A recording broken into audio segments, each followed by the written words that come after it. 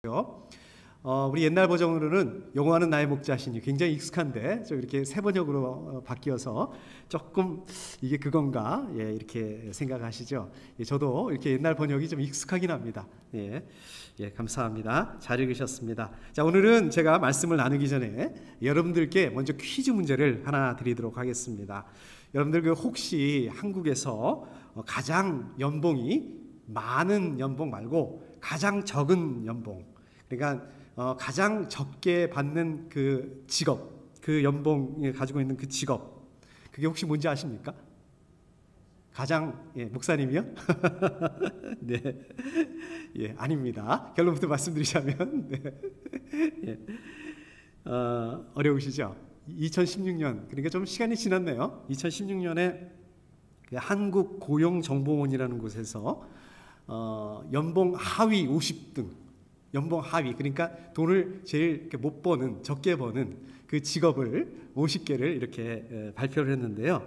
50위까지 하면 다 얘기하면 너무 기니까 이제 5위만 이렇게 얘기를 하면 5위부터 이렇게 한번 이렇게 보면 5위가 연극 배우라고 합니다. 뮤지컬 배우.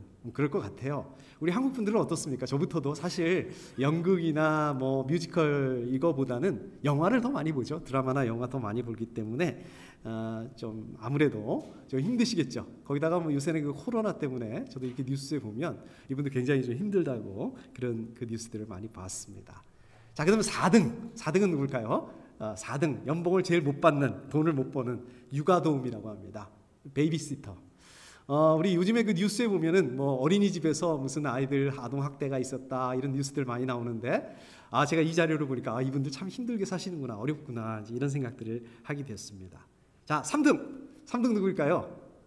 좀 나와야 되는데 신부님, 신부님이 3등이라고 합니다. 역시 신부님들 좀 어렵게 사시죠. 자, 2등 누구일까요? 신부님하고 좀 연관이 있죠. 우리 수녀님들이 조금 더 가난하시네요. 우리 신부님들보다. 수녀님들이 2등이라고 합니다. 자, 1등은 누구일까요? 아까 제가 목사님은 아니라고 그랬습니다. 아쉽게도 목사님이 아닐까. 그럼 이제 종교인들 보니까 우리 그러면 스님은 어느 정도 되실까? 스님도 랭킹 안에 있습니다. 스님은 19등입니다. 오늘 목사님은 랭킹 안에 없더라고요. 50위 안에 없더라고요. 그러니까 50위 바깥에 있다는 얘기는 무슨 얘기입니까? 이건 못 받는 거니까 그래도 우리 목사님들은 좀 돈을 버신다. 이런 적이죠. 그런데 우리 전도사님은 이 랭킹에 있습니다. 전도사님은 랭킹이 어느 정도 될 것 같습니까? 우리 전도사님들 6위. 6위. 그러니까 제일 못 버는 거에서 6위입니다. 우리 교회도 우리 전도사님이 두 분이 계십니다. 자, 대망의 1등.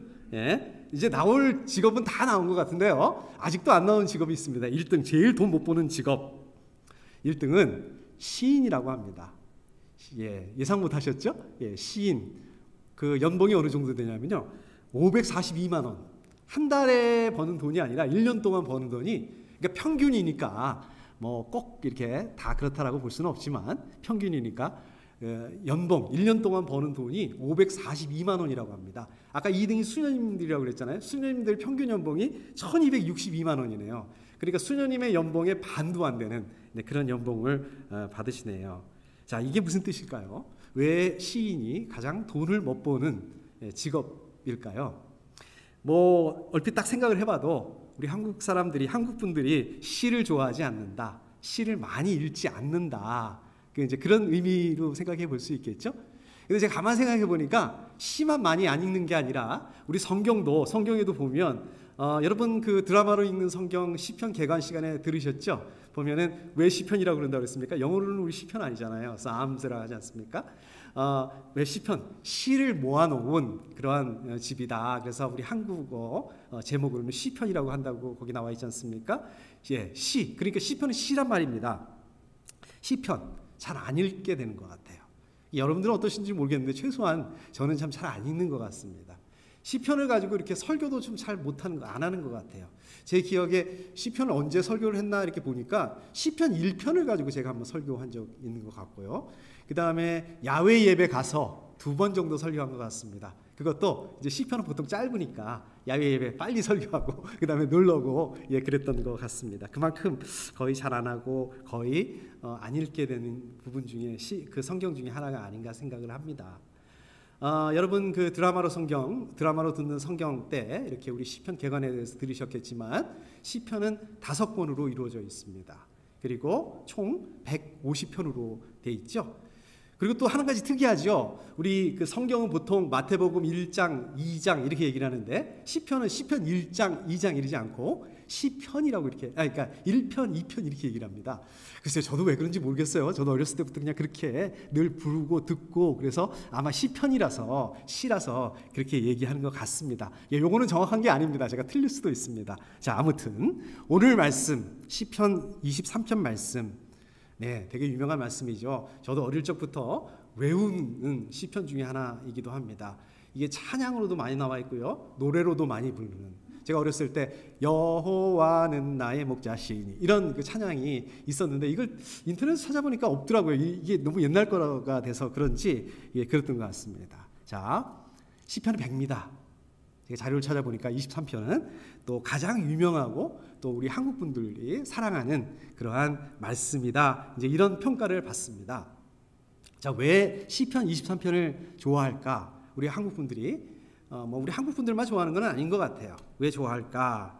자료를 좀 찾아보니까 우선 그 시편 23편은 하나님과 시인, 하나님과 하나님의 백성의 관계를 아주 친밀하게 이렇게 표현하고 있다. 이렇게 얘기를 하고 있고요. 또 다른 그 특징을 보게 되면 그 시편 23편 하나님의 보호, 그 다음에 하나님의 인도하심, 또 하나님의 그 구원이라는 이것을 좀 어려운 것들이지 않습니까? 어려운 개념이지 않습니까? 이것들 아주 쉽고 또 실제적이고 구체적인 이미지로, 그렇죠? 우리 시편 23편을 보면 마치 무슨 그림을 보는, 사진을 보는 그런 느낌이지 않습니까? 이런 이미지로 표현하고 있다. 또 세 번째로 시편 23편은 짧습니다. 실제로 6절밖에 안 됩니다. 그렇죠? 짧지만 그 안에는 푸른 풀밭도 나오고요, 쉴만한 물가도 나오고요, 또 우리 4절에 보면 죽음의 그늘 골짜기도 나오고요, 또 주님의 집, 하나님의 집, 이러한 그것들이 마치 그림처럼 이런 배경들이 여러 다양한 배경들이 나오는데 그게 아주 스피디하게, 스펙터클하게 이렇게 막 바뀌면서 빨리 이렇게 바뀌는 그러한 느낌이다, 그러한 모습이다. 사실 여러분들 이스라엘에 못 가보셨죠? 우리 양전사님은 거기서, 우리 양전사님하고 우리 사모님은 거기서 공부도 하시고 거기서 이렇게 사시기도 하셨습니다. 그러나 대부분 저 여러분들 우리 그 이스라엘에 가보지 못했는데 오늘 말씀 시편 23편 말씀을 통해서 저 여러분들 함께 또 하나님께서 인도하시는, 왜 안 넘어가지? 전사님 이거 좀 하나님께서 인도하시는 저런 그 멋있는 푸른 풀밭, 또 쉴만한 물가로 저와 함께 여행을 한번 떠나보셨으면 좋겠습니다. 자, 이제 본격적으로 오늘 말씀을 한번 나눠보도록 하겠습니다. 자, 앞부분 1절 앞부분을 보시면 주님은 나의 목자시니 이렇게 되어 있습니다. 하나님은 나의 목자다, 이 말씀이죠. 자, 이게 무슨 말일까요? 그러니까 한마디로 선언하고 있는 겁니다. 시편을 시작하기 전에 본격적으로 말씀을 나누기 전에 하나님 어떤 분이시다, 하나님은 나의 목자시다, 이렇게 선언을 하고 있습니다. 하나님은 나의 목자고 다윗은 그 제가 다윗이라고 그랬는데 우리 그 시편 23편 맨 위에 보면 이렇게 제목이 붙어 있죠. 다윗의 시 이렇게 붙어 있죠. 그래서 다윗, 시인 다윗, 자기는 양이다, 하나님은 목자시고 자기는 양이다. 이 말은 무슨 말입니까? 우리가 주님은 나의 목자시니 이 말만 보더라도 하나님에 대한 그러한 하나님을 절대 의존한다, 하나님을 절대 신뢰한다 라는 것을 알 수가 있습니다. 주님은 나의 목자시니, 이 말씀 또 어떤 의미를 가지고 있을까요? 하나님은 다윗뿐만 아니라, 다윗 자식뿐만 아니라 하나님의 백성들, 이스라엘 사람들을 그 험한 그 역사 속에서 우리 성경 보시면 그 이스라엘 사람들의 그 삶이 이렇게 굉장히 고단하고 어려운 삶이지만 그러한 그 삶 속에서, 고단한 삶 속에서 하나님께서 구원하시고 인도하시는 분이시다. 하나님께서 먹이시고 돌보시는 분이시다. 이것을 알 수가 있습니다. 이 한 부분만 보더라도. 여러분 잘 아시는 것처럼 목자는 어떤 역할을 합니까? 양을 그 무서운 맹수로부터 지켜줍니다. 보호해줍니다. 그리고 양들이 먹을 것들, 또 마실 물들, 이러한 그 필요들을 목자가 채워줍니다. 다른 사람이 채워주는 게 아니라 목자가 그런 일들을 합니다. 자, 그렇기 때문에 양의 입장에서는 어떨까요? 그 목자에 대한 신뢰, 그리고 또 목자를 따를 수밖에 없는 그런 삶을 삽니다.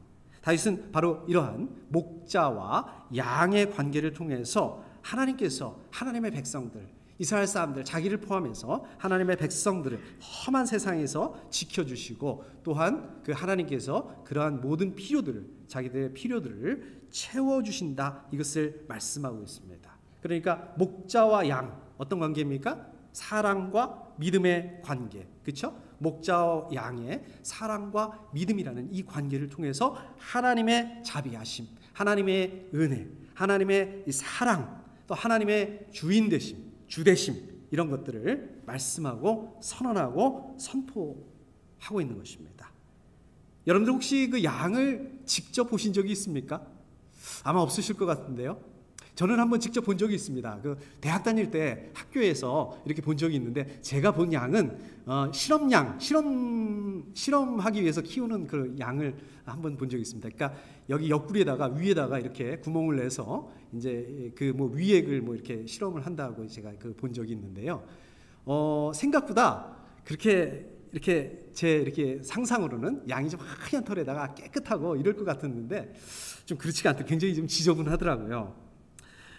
여러분 양에 대해서 이렇게 보신 적은 아마 없으실 것 같은데, 그래도 우리 성경 공부나 이런 것들을 통해서 양에 대해서, 양의 특성에 대해서 많이 들어보셨을 것입니다.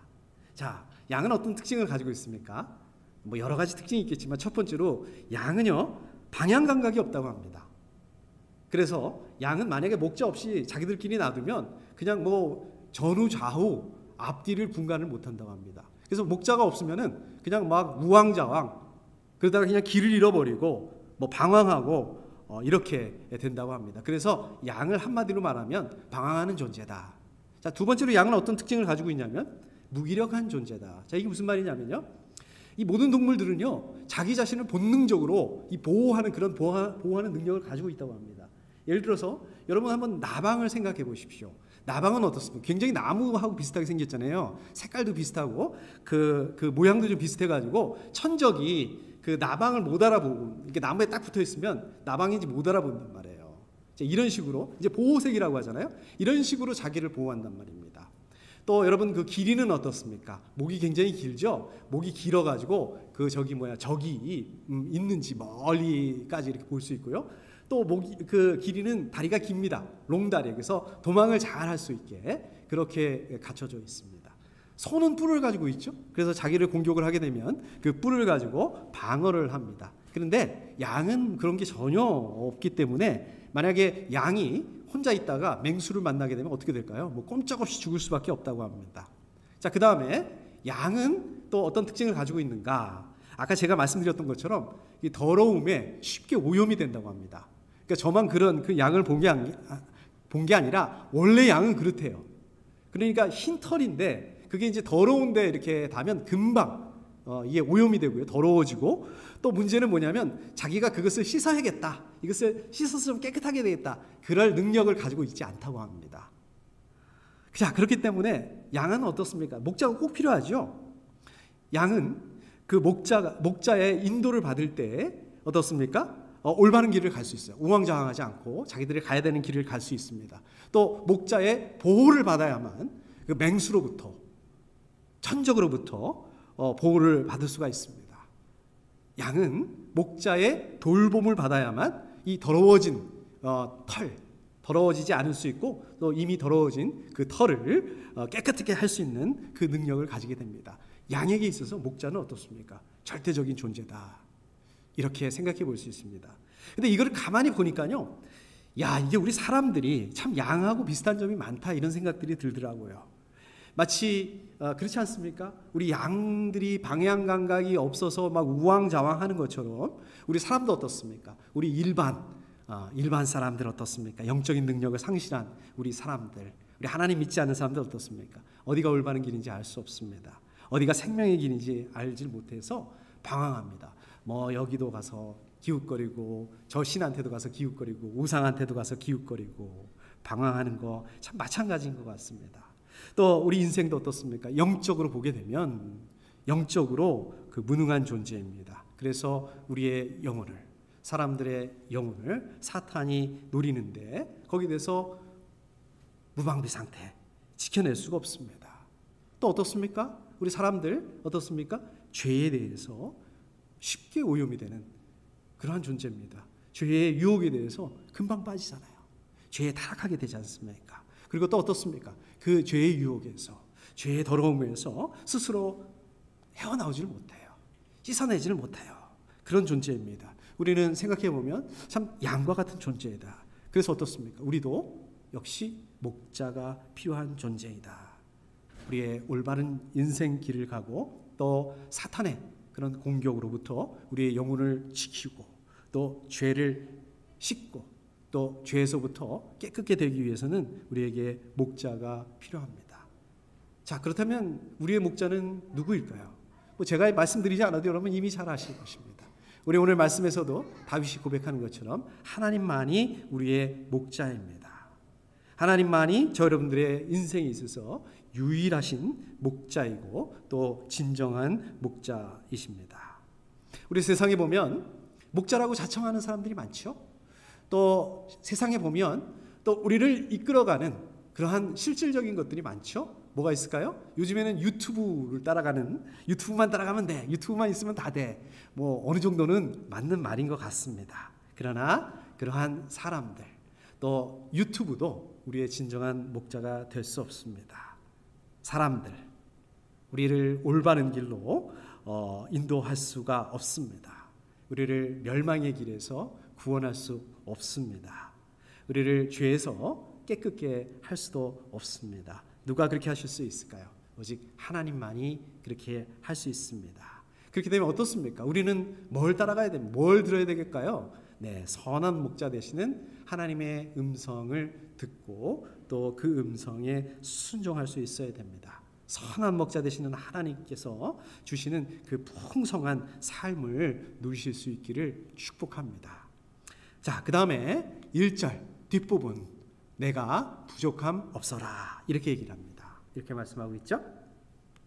원래 다윗의 직업이 뭐였습니까? 다윗이 왕이 되기 전에 목자였죠. 목동이었죠. 자, 그렇기 때문에 그 목자가 양들이 목자의 인도함 또 돌봄 안에 있을 때 부족함이 없다, 평안하게 살아간다라는 것을 잘 알고 있었습니다.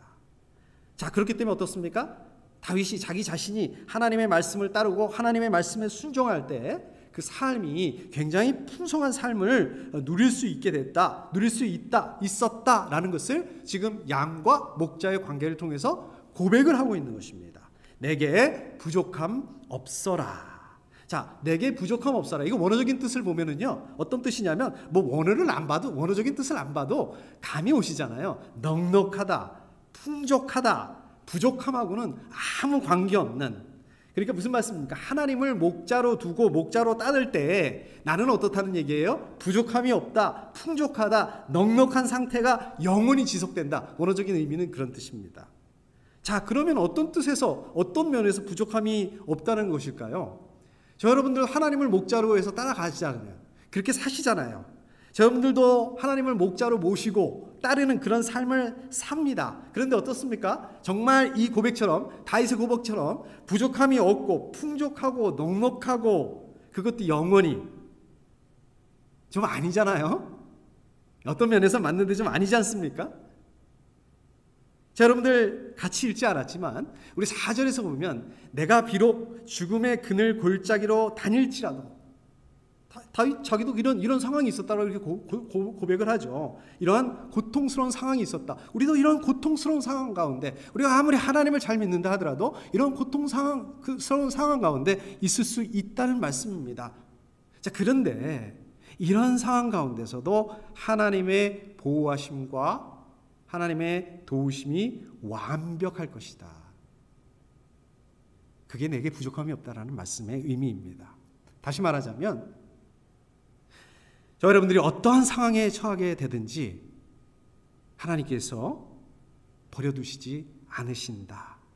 다윗이 어떤 상황 가운데 처하게 됐든지 간에 하나님께서 그 다윗을 버려두지 않으시고 선한 목자가 되셔서 다윗 자기의 영혼을 지켜주시고 결국은 바른 길로 인도하시고 하나님의 집으로 인도하셔서 영원히 살게 하실 것이다라는 그러한 고백입니다.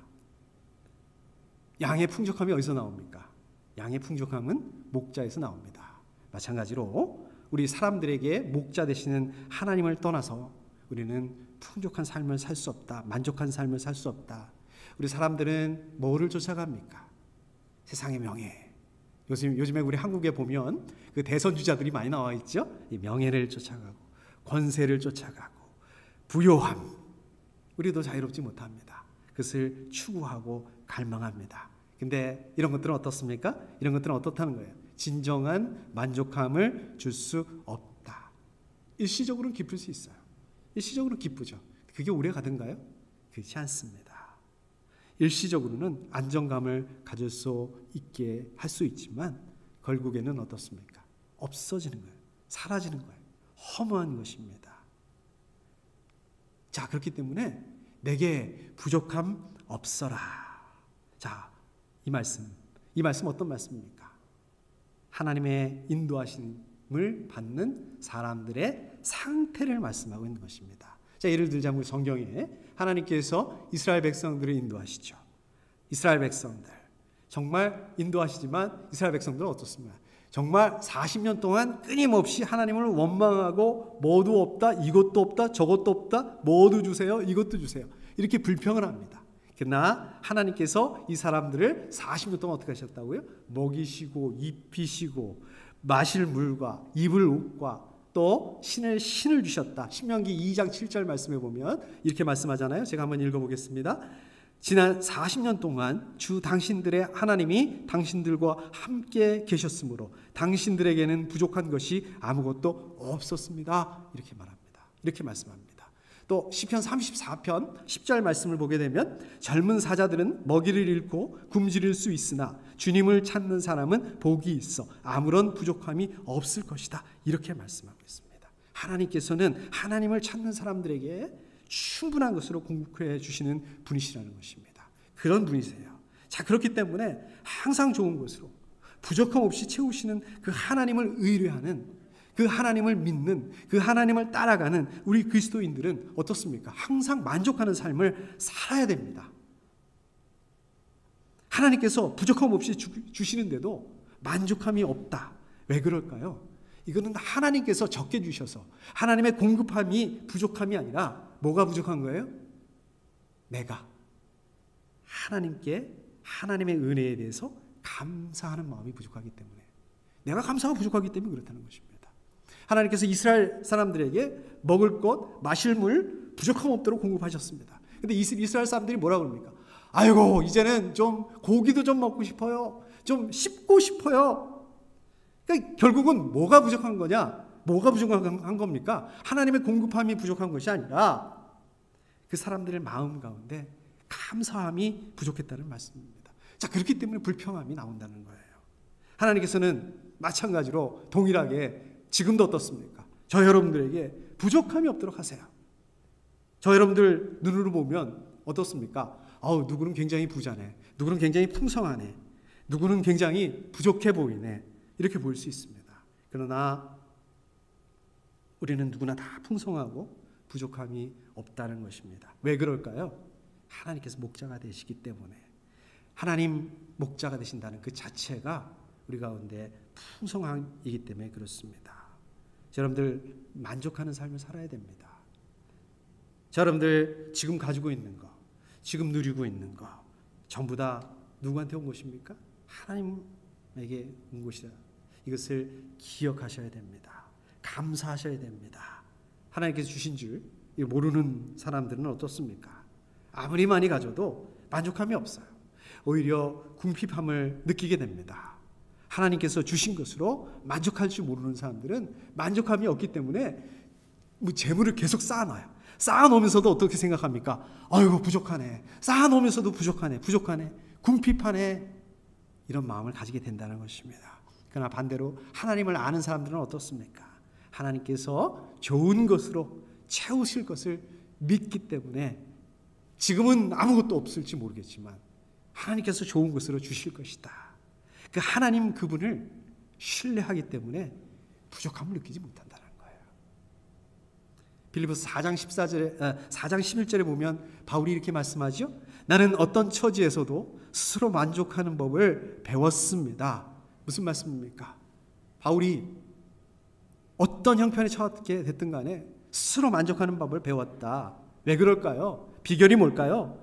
하나님께서 최선의 것으로 채워주실 것을 믿기 때문에 하나님께서 공급하실 것을 주실 것을 믿기 때문에 그것으로 만족을 누릴 수 있었다. 자, 여러분들도 그러한 만족을 누리실 수 있기를 축복합니다.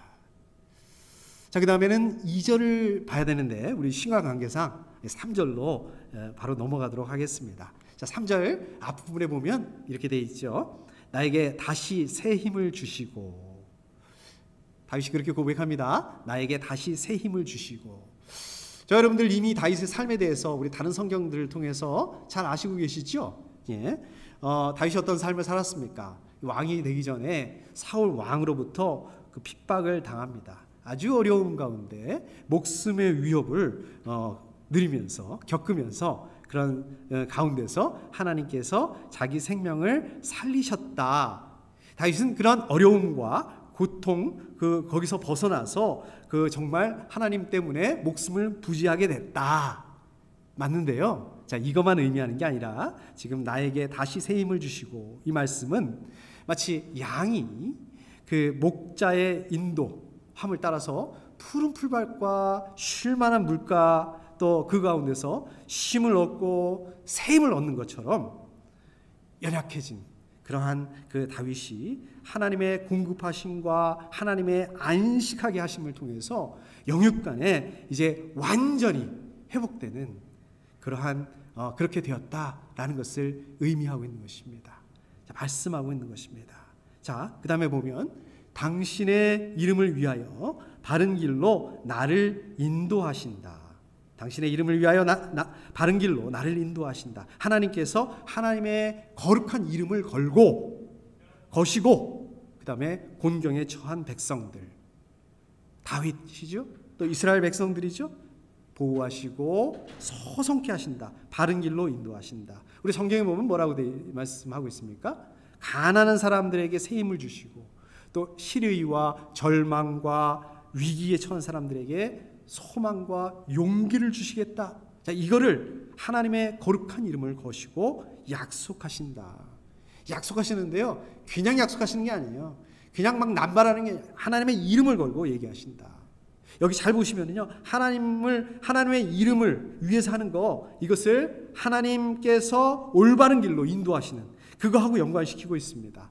3절에 바른 길은 어떤 뜻일까요? 여러분 감이 오시죠? 이거는 도덕적으로 윤리적으로 바르다는 뜻입니다. 불의하지 않다라는 것입니다. 선한 행위를 한다는 그런 의미입니다. 선한 삶을 살아간다는 것을 의미합니다. 바른 길, 여기서 길, 원어적인 의미를 보게 되면요, 좁은 길이라는 의미를 가지고 있습니다. 좁은 길 하면 생각나는 말씀이 있으시죠? 마태복음 7장 14절에 보면 생명으로 이르는 문은 너무나도 좁고 그 길이 비좁아서 그것을 찾는 사람이 적다. 예수님께서 하신 말씀입니다. 예수님께서 이렇게 말씀하셨어요. 뭐라고요? 생명으로 인도하는 문은 너무 좁다. 그런데 그 길은 하나님께서 인도하시는 길이기 때문에 좁지만 결국은 생명으로 통한다라고 말씀하고 있습니다. 무슨 말씀입니까? 다시 말씀드리자면 다윗이 잘나서 다윗이 스스로 혼자서 바른 길, 좁은 길 그렇게 가는 것이 아니라 하나님께서 인도하시기 때문에 하나님의 인도하심을 따라서 하나님께서 먼저 바른 길로 앞서가시고 다윗은 어떻게 했다고요? 저 여러분들은 어떻게 했다고요? 하나님을 따라갈 때 바른 길로 갈 수 있는 것이다. 다윗, 또 저와 여러분들 주체가 아닙니다. 하나님께서 주체가 되신다는 것입니다. 다윗, 저와 여러분들은 객체가 되어야 된다. 하나님만 따라갈 때 우리가 그러한 삶을 가능하게 한다는 말씀입니다. 여러분 잘 아시는 것처럼 양들은 어떻습니까? 한 곳에 그냥 계속해서 놔두면 안 된다고 합니다. 그럼 안 되겠죠? 생각해봐도, 상식적으로 생각해봐도 양들이 그냥 그 풀들을 다 뜯어 먹어버리니까, 전부 뜯어 먹어버리니까 풀밭이 어떻게 되겠습니까? 황폐하게 되겠죠. 양들만 더 이상 먹을 게 없는 게 아니라 그렇게 되면 어떻게 되겠습니까? 또 그 풀밭이 완전히 그냥 그 황무지가 돼버리고, 또 그렇게 되면 또 반대로 어떻게 되겠습니까? 양들도 병에 걸리게 되고. 자, 그렇기 때문에 이 목자들은 양을 한 곳에 놔두지 않습니다. 양들을 끌고 여기로 갔다가 저리로 갔다가 막 이렇게 합니다. 마찬가지로 선한 목자 되시는 우리 하나님께서도 저 여러분들을 한 곳에 두시지 않으세요. 하나님께서 저와 여러분들을 신선한 양식이 있는 그곳으로 인도하십니다. 또 우리의 건강한 신앙을 유지할 수 있는 곳으로 또 그래서 이렇게 이동하게 하세요. 신앙의 환경, 새로운 신앙 환경으로 인도하시기도 합니다. 중요한 것은 어떻습니까? 하나님께서 인도하시는 길이 좁은 길, 불편해 보일 수 있는 길. 저 여러분들이 보기에는 별로 가고 싶지 않은 길, 이렇게 보일 수도 있다는 것입니다. 그러나 하나님이 인도하시는 길은 생명으로 이끄시는 길이시라는 것입니다. 유익한 길이고요. 바른 길로 인도하신다라고 말씀하고 있습니다. 여러분 중요한 것은 이 바른 길은 어떠냐면 똑바르고 넓고 편안하고 평탄하고 그래서 차를 타고 우리가 편안하게 갈 수 있는 그런 길이 아닐 수도 있다는 것입니다. 바른 길은 불안해요. 불안전합니다. 그냥 잘못하면 그냥 무너져 버릴 그럴 것 같기도 하고요.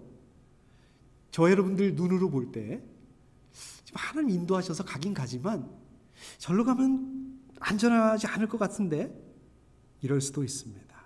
그런데 그 길은 하나님 인도하시는 그 바른 길은 목자이신 하나님이 보실 때 안전한 길이기 때문에 인도하신다는 것입니다. 여러분 그 이스라엘은 산악지대가 많다고 합니다. 그래서 이렇게 산악지역에서 낮은 이런 계곡 지역으로 이렇게 이동하다가 갑자기 비가 막 엄청 올 수 있답니다. 그렇게 비가 오게 되면 그냥 그 비가 아주 급류가 돼가지고 이렇게 그냥 양들이 순식간에 휩쓸려 버릴 수 있는 그런 지역들이 있다고 합니다.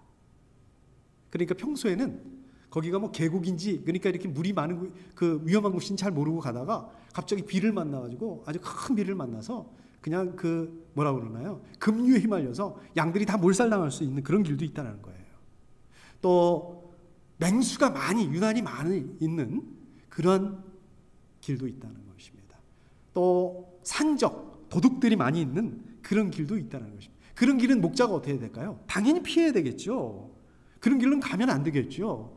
그러다 보니까 어떻습니까? 목자가 양을 어디로 인도하냐면 일부러 이렇게 빙 돌려서, 왜냐면 안전한 길로 가게 하기 위해서, 또 먼 길로 이렇게 돌려서, 또 어떻게 보면 또 좀 험한 지역으로 양들을 인도할 수도 있다고 합니다. 자, 이럴 때 어떻습니까? 양들 입장에서 보게 되면, 물론 양이 생각을 못하니까, 그러나 양들 입장에서 보게 되면 고생길입니다. 고난의 길처럼 보일 수 있습니다. 그런데 어떻습니까? 비록 고생길, 고난의 길 맞습니다. 그럴 수 있습니다. 그러나 그 길이 진정한 길이, 진정으로 안전한 길이고 생명을 보존하는 길이라는 것입니다. 하나님께서 저 여러분들을 인도하시는 바른 길, 평탄하지 않을 수 있습니다. 하나님께서 인도하시는 길, 저 여러분들 가운데 어려움, 또 시련과 고난의 시간들이 될 수도 있습니다. 고통의 시간들이 될 수 있습니다. 아니면 하나님은 나를 이렇게 어렵게 인도하시는 건가? 이렇게 어려운 길로, 이렇게 힘든 시간 가운데 놔두시는 건가? 우리가 그런 생각들이 들 때가 있습니다. 이런 의심을 들 때가 있습니다. 하나님의 인도하심을 따라서 우리가 신앙생활을 한다. 하나님을 믿는다. 이게 정말 힘들고 어렵게 느껴질 때가 있습니다. 그런데요, 하나님께서 저 여러분들을 고생시키려고 골탕 한번 먹어봐라. 너도 하나님 믿는데 그렇게 힘들었지? 너도 그렇게 나를 안 믿었지? 그러니까 너도 한번 골탕 먹어봐라. 일부러 그런 길로 인도하시는 게 아니십니다. 그 길이, 하나님이 인도하시는 그 길이 최선의 길이기 때문에, 여러분들에게 최선의 길이기 때문에, 그 길이 아니면 생명으로 이룰 수 없는 길이기 때문에 그 길로 인도하신다는 것입니다. 마태복음 7장 13절 말씀에 보시면, 좁은 문으로 들어가거라. 멸망으로 이끄는 문은 넓고 그 길이 널쩍하여서 그리로 들어가는 사람은 많다.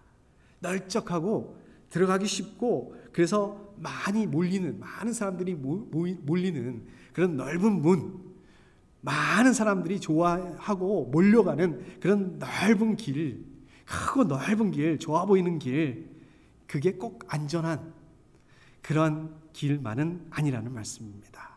자, 저 여러분들 어떤 길을 선택해야 될까요? 사람들은 보통 그렇게 얘기를 합니다.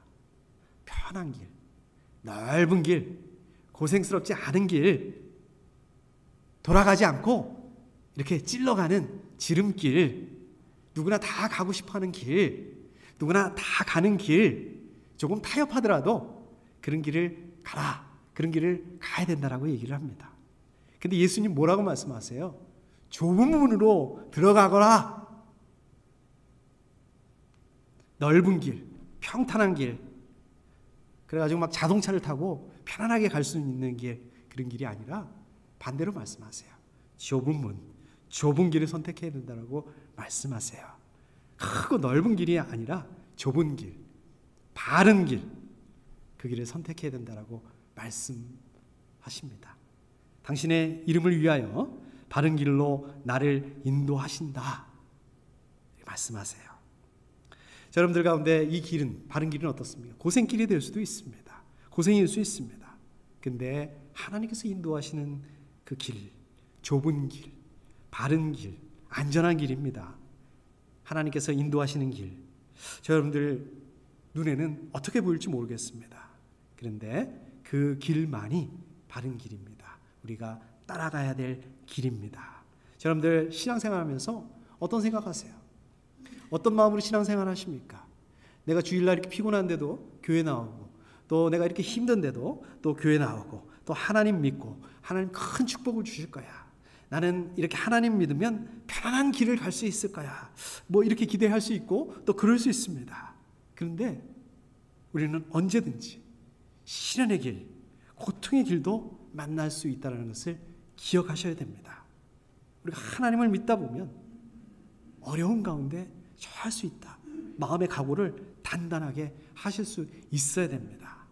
선한 목자 되시는 하나님의 음성을 쫓아서 성령 충만함으로 성령님께서 인도하신 그 길을 따라갈 수 있어야 됩니다. 여러분들 그렇게 하실 때, 여러분들 그렇게 성령님을 따라갈 때, 하나님의 음성을 따라갈 때 뭐라고 약속하고 계십니까? 영혼의 푸른 풀밭, 푸른 풀밭이 펼쳐 있는 곳, 쉴 만한 물가, 여러분들이 항상 생명샘이 흐르는 하나님의 동산, 하나님의 집에서 하나님과 동행하는 그러한 삶을 살 수 있을 것이라고 약속하세요. 말씀하고 계세요. 하나님의 이름을 걸고 말씀하고 계십니다. 언제 그럴까요? 언제 우리가 그런 곳에 다다를 수 있을까요? 나중에? 우리의 육체가 죽은 다음에? 아닙니다. 물론 그것도 맞죠.